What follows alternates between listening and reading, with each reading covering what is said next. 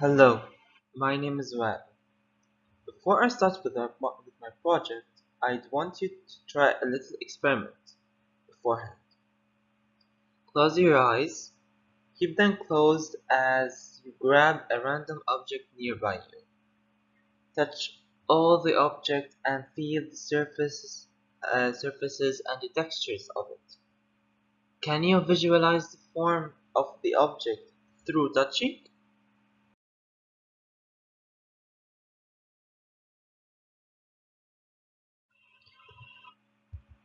Seeing is long ancient history. We can now only see the unseeable, after ages of seeing what is seeable. Now off to a new way of seeing the unseeable, the touchable. We rely greatly on the data of our senses, the visual eye. Instead of mourning its glory, we can be faithful of our tactile eye, the sense that is more sensorial than the visual eye, and our first one from birth. With the touches of our skin, we can create a better, wittier experience of navigating nature.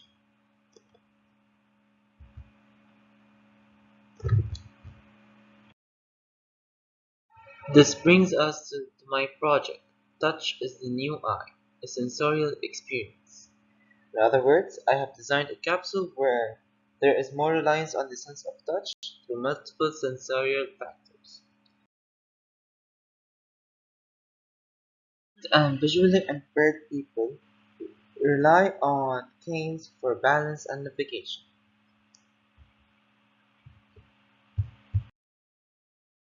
Shows four different ways where we would be incorporating a navigational aid through a handrail that is built within the house as a principal characteristic of it.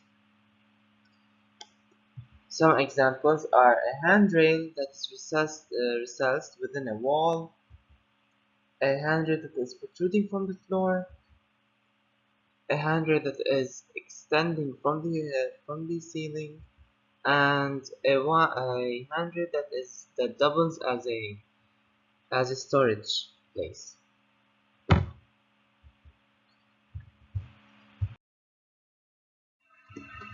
From that, we then investigated a couple of postures of daily human activities like preparation, gardening, other activities, sleeping, and bathing and resting. These were drawn in respect to the standard dimensions.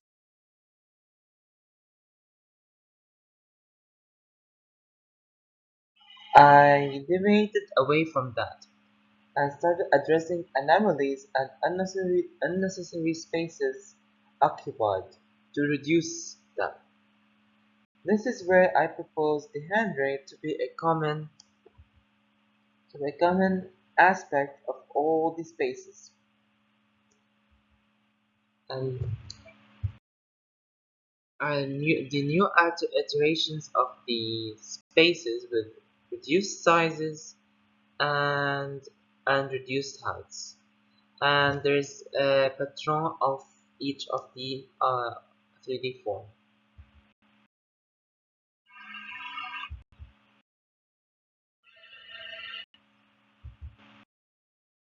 You can see clear changes in the heights, the volume, and the sizes of the second iterations compared to the first ones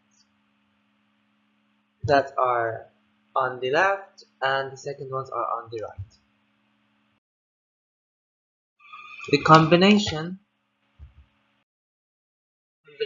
of all the drawings we have done during the phase 1.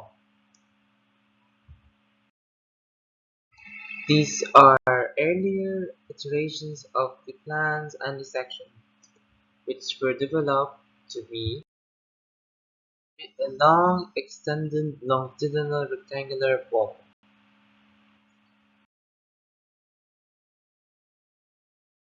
While designing, I decided to bisect this capsule into two main parts. One is consists of all handrails as a focal point, and the other focuses on work activities. Also, the capsule is oriented towards the rotation of the sun, east, south, and west. The person is greeted with the east morning sun rays, and the plants are lit with the south sunlight. Another thing, when the person goes around the hallway, they can know which time based on the direction of the sunlight.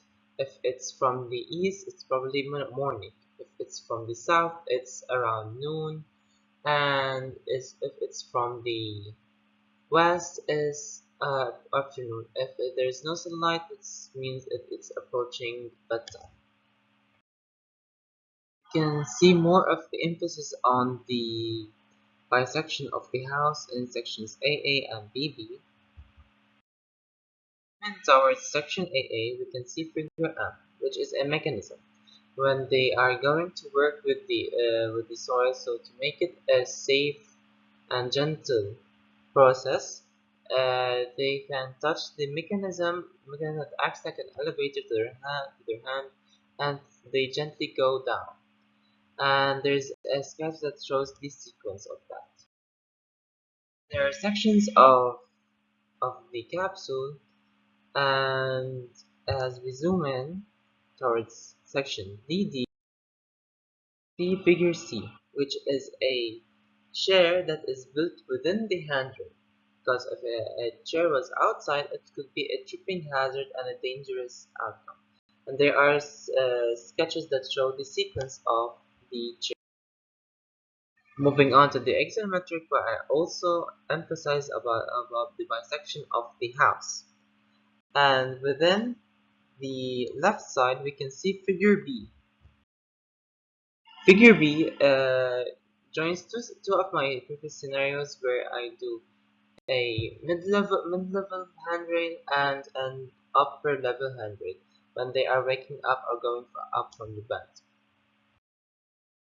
Our latest step, which was creating a model from our drawings, and I use a human scale that is the robot that is a part of all my drawings to show that the human is part of the architecture.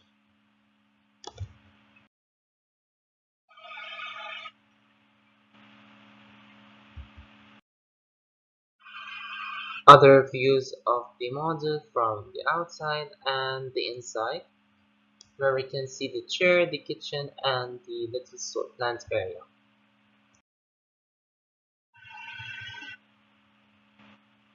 Thank you.